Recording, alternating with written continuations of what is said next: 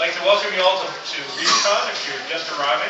I arrived about an hour ago and already have done a panel, so I figure I'm a veteran now. This is Bookaholics Anonymous, which is a regular seminal Readercon event. We talk about books we love, about books we've recently read, and everybody scribbles madly about all the books that they're hearing about that they haven't heard of, and that they also like to read. This is not a bad thing.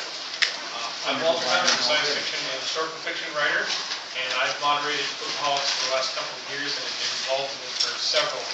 And you know the mode. This is an anonymous meeting, so when you are called upon or have an opportunity to speak, you introduce yourself and everybody says hello to you. And you indicate that you're a bookaholic, and then you tell us what you're interested in. I would like to have the other panelists introduce themselves, and then we'll talk about some books. That's why we have a shared thing. It's a thing. We've all surrounded by guys named John. So. Yeah. Hi, my name is John. Hi, John. All right. That's pretty good. That's pretty good. And I'm a bookaholic. And I'll give you a very good example of that from yesterday. Between the time I left Ithaca, New York at 9 a.m. and got here at 8 p.m., I bought 4 books. Where? 3 different places. Okay. But do you I spread the love, you know. Do you guide your route by where the bookstores are? I don't. It was part of the serendipity. Sometimes I just chance upon it. It's one of my talents. Okay. How many people go on vacation and look up new bookstores in their destination? We're all in the right place. I'm John Clute. Hi, John. Hi, John. I've been in the past a bookaholic of different kinds. I began by being a bookaholic who would buy and read anything. I gradually evolved that in a way, and I'll probably be very stuffy and pompous if I have a chance, about how being a bookaholic can be translated into almost a job, almost a profession. And I write criticism, and I write reviews, and I write opinions and things. And it's all based, as far as I'm concerned, on the original addiction, the original compulsion. So, all right. I'll start. I've recently been doing a lot of reading of nonfiction, particularly historical stuff. I listened to this wonderful radio program. A guy who's mildly conservative, but who's, in my mind, anti-Bill O'Reilly. His name is John Batchelor. He does this radio program 5 or 6 nights a week, 4 hours. And the reason why I think he's the anti-Bill O'Reilly is that he has guests on. He introduces them. He talks a little bit about them. He asks them a question, and then he shuts up. And he lets the guest talk about the thing they're expert in. And every couple of days, he'll introduce somebody who will have written a book, and I'll go to my library thing, and I'll put the book in, and then it comes, and then I have to read it. So I'm currently reading a book called Midnight Rising, which is about the John Brown raid on Harper's Ferry. It's fascinating. I got it in large print, so it's shouting at me. But it's really good. It's well documented and well written. So I recommend that to you. Yes, sir. Walter, just a quick parenthesis. You mean John? I'm Greg Feely. Hi, Greg. You mean, I assume, John Calvin Batchelor? You might want to note that he's a published science fiction novelist. No, I'm referring to Because that is the John Batchelor who was the mildly right-wing radio commentator. Right, and only mildly, really. John Batchelor. There's worse, yeah, but it is the SF novelist of the 1970s and 80s. It is the same guy, yeah. He really is, yeah. He really is. He's a science fiction writer, and he's a board gamer, too, so I like him in a lot of ways. JohnBatchelorShow.com for those of you with smartphones. okay. And for a bookaholic, I think it's kind of like significant that we work out that quickly that John Batchelor, the mildly right-wing commentator, who doesn't mention his literary career, I guess, that often, infrequently, yes. Is actually John Calvin Batchelor, who has a long entry in the encyclopedia done off and on for many years, been doing now, and who is thought of as one of the for a while he was a very interesting SF writer. Then he went sideways and above and beyond, and he basically stopped, and everybody forgot him. But he's still here. If you have the books, if you have the memory, you got a better story of him than most of the listeners to that program. All right, John, why don't you throw us a subject? Okay. Okay. It's hard to do one because I read several books at once. But let me do a quick rundown and we'll go from there. I just finished reading Pages of Philip K. Dick for R1 writing for a full spec. If you want to have your mind seriously blown and thrown into orbit, read it. I read it in like a week. Like sit down and read 950 pages in a week. You don't need to take drugs ever again. You read the entire works? What's the book? The exegesis. The exegesis of Philip K. Dick. Exegesis. The exegesis, sorry, of Philip K. Dick. It's about 10% of his actual writings on everything. And it's, if you, like, I don't know if there's any other book out there that lets you get that deeply into a writer's mind. If there is, I'd like to read it because I'm curious if it actually tops this book. But I just finished that. I'm reading Jeff Ward's Crackpot Palace for review. That's a really good book so far. I'm really liking the stories. He's such a great, I don't like saying craftsman, but he really knows how to shape a story that's just so well assembled and so evocative in how it expresses things. It's great. I'm also working on a book that requires me to read a lot of neuroscience and cognitive neuroscience and psychology. And I actually just finished reading Haynes' Reading in the Brain, which is more than you'll ever want to know about what your brain does when you read a word. It's utterly fascinating, and I'm actually talking about that tomorrow afternoon on another panel. And I also just finished Brian Wolf's Ghost of the Squid, another book on reading and writing. I believe you now. I believe you now. You're a bookaholic. Okay. I've got more, but I'll stop there for now. We can come back to it later. I also recommend that for evoking a sense of how reading can be apprehended in a scientific way that is also very satisfying to actually read. John, before I want to get something from you. Before I do that, since your literary criticism stripes are well known, I wanted to ask you. A lot of us read. A number of us read and do things like either post a blog entry or maybe write a review or something like that. But a lot of us, most of us, read also for pleasure. Do you find that your reading experience has changed by having the perspective of being whatever it is that you consider yourself to be, whether it's a critic or an analyst or, I mean... That's pretty tricky, right? So yes or no. I don't know what the question is. So the question is, has it changed, Yes. whatever it is that you consider yourself to be, other than just a reader for pleasure, has it changed your outlook on what you read and how you read? You know, there are things like life trajectories, and if you're approaching the end of your life trajectory, you probably can't remember whether or not that life trajectory was shaped in a particular way and how you'd have gone different. I began reviewing in the early 1960s, and off and on have thought in terms of how you take the physical object of a book, the reading experience of a book, the relationship of that book to the rest of science fiction or whatever. How do you take that and say something about it? And if you begin to do that, and you do it for half a century, it's awful hard to remember. I'm sitting in one of them. Hope you can have any of the other three. I read occasionally for pleasure. One of the books I've just been reading is volume 3 of the collected spook stories by E.F. Benson, published by Ashtree House. National Press. A really excellent assembly of all of his books of ghost stories and some of our science fiction stories, plus the collected material that Jack Adrian was able to discover over the last 20, 30 years.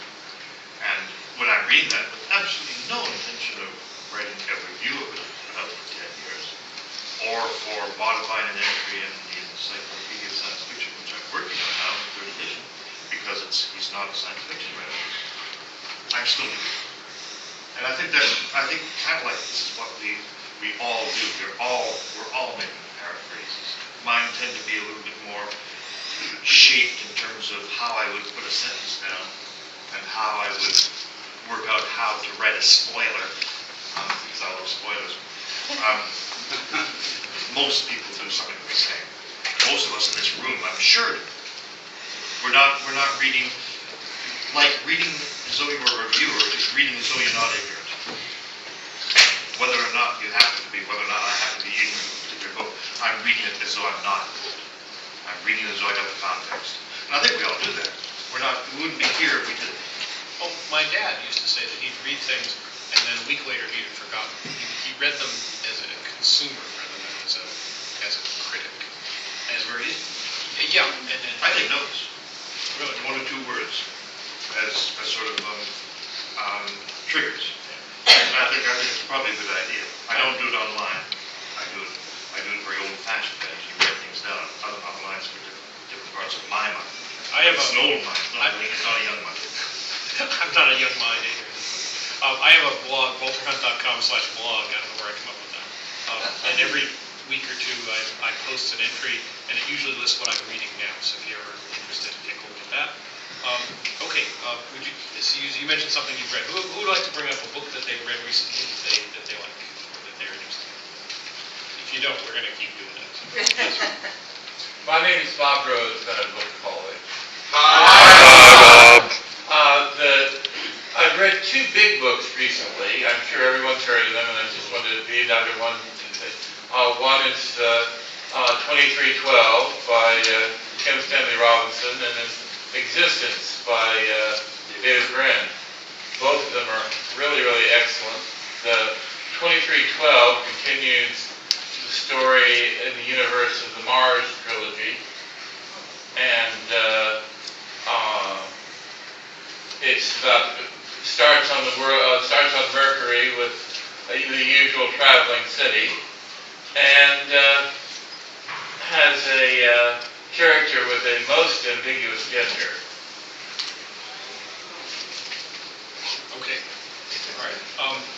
I'll mention another one. It's my turn. I'm a big fan of Guy Gavriel Kay. He likes Guy Gavriel Kay. That was easy, right? I think last year I read Under Heaven, which is his book set in something like China, in his world, which is something like our world. I'm waiting for him to get back to the thing that's something like Persia, which is near the thing that's something like Byzantium.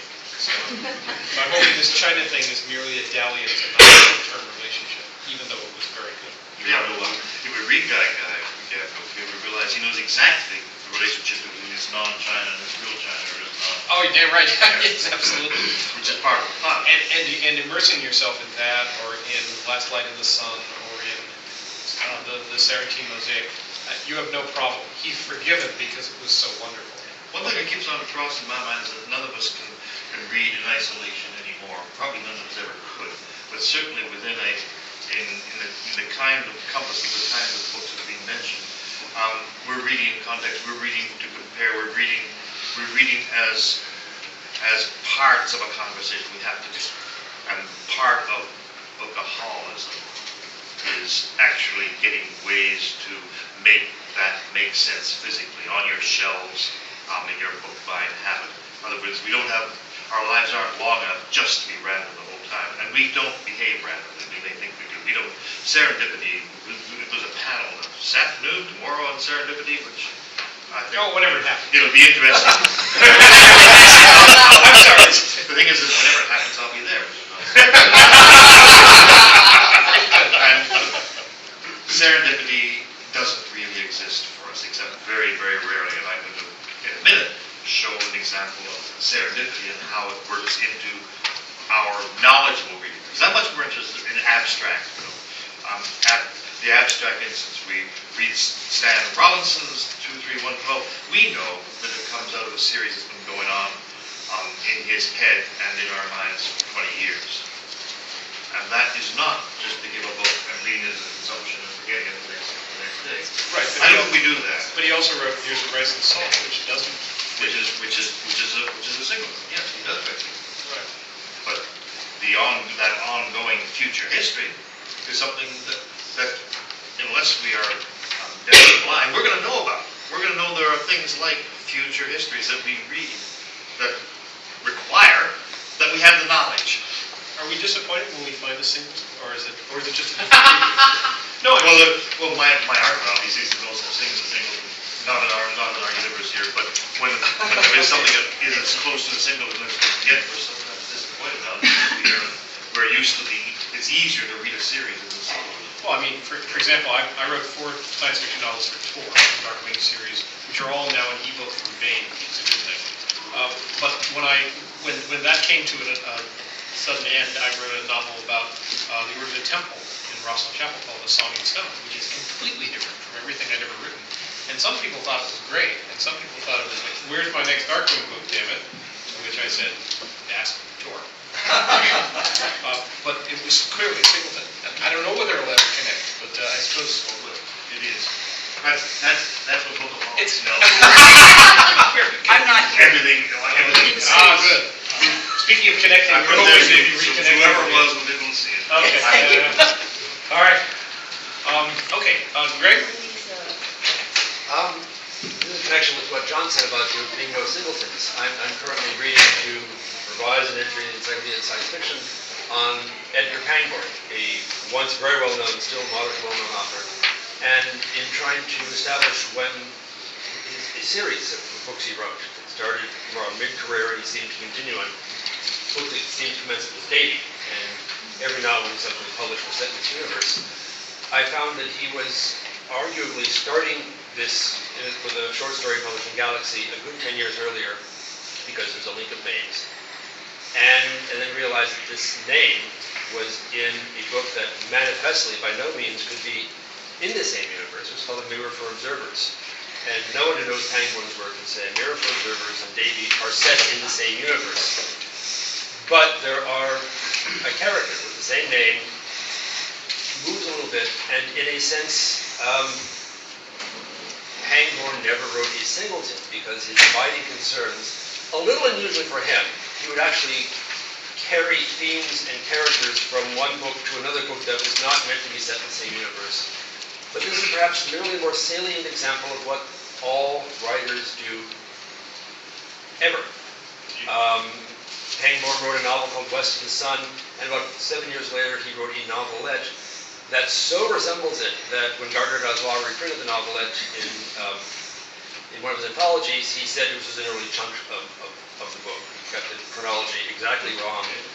But he was all but rewriting an earlier story, more condensed, different. But you realize a conversation, what you've just said in the last couple of minutes, could probably not be uttered in most rooms without you being stoned to death.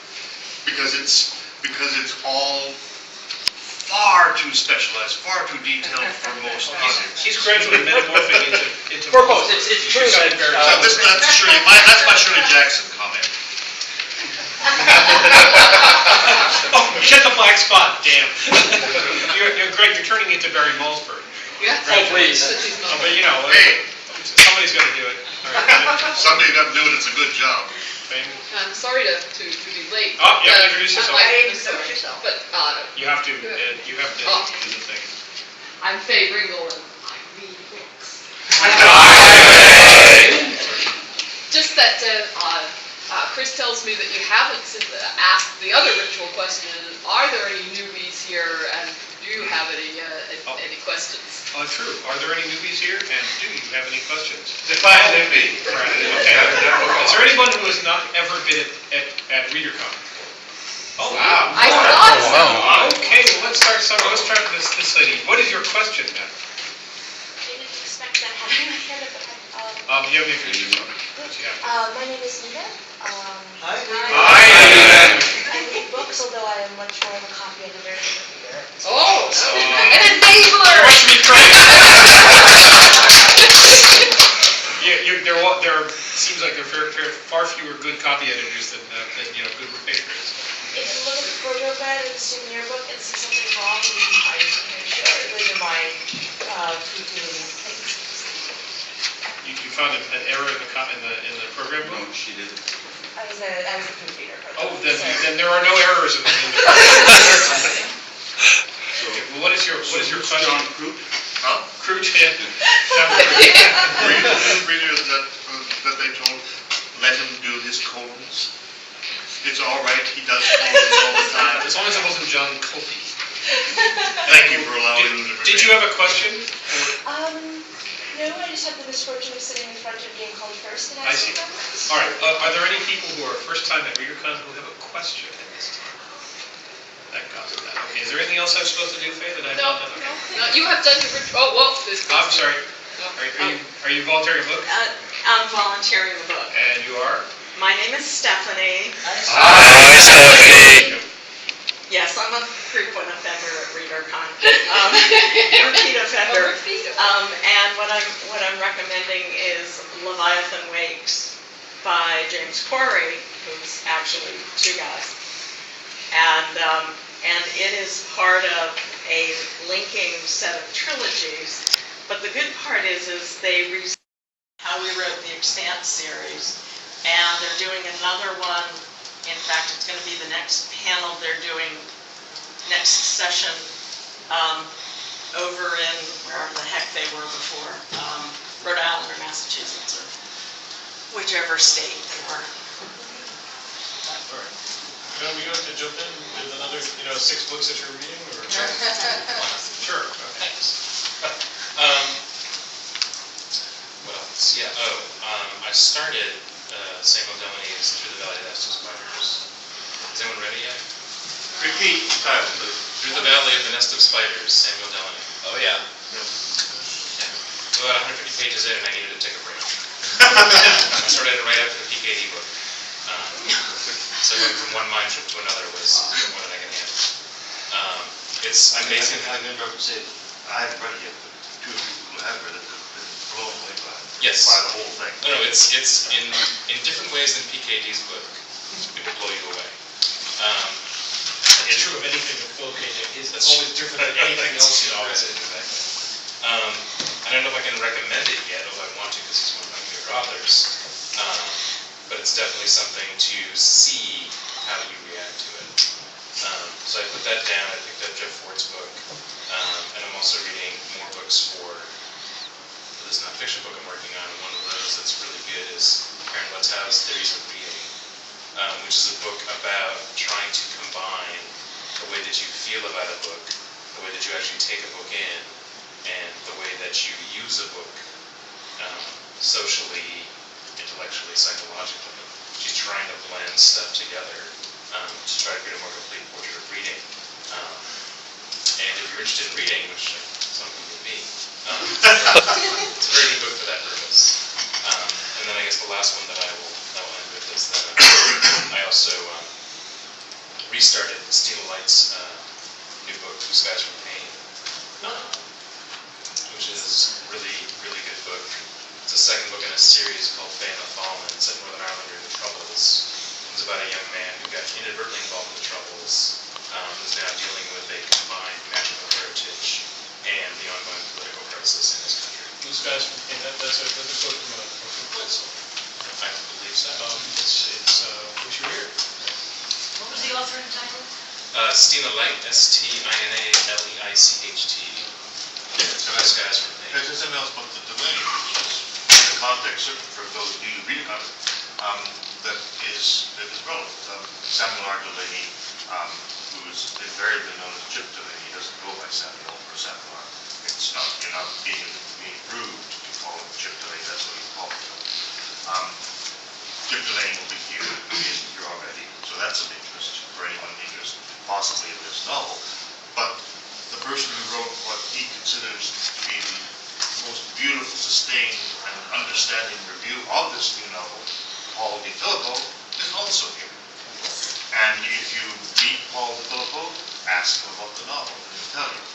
This is part of what I mean when I'm saying that there's no singleness. There's no absolute boundary for us around. Sorry? There's no isolates. No isolates. Yeah, no singletons, right? There are no singletons. Right. I'm often fascinated by reading Our experiences on the singleton. Sure. That's right. Or Ken Singleton used to like me.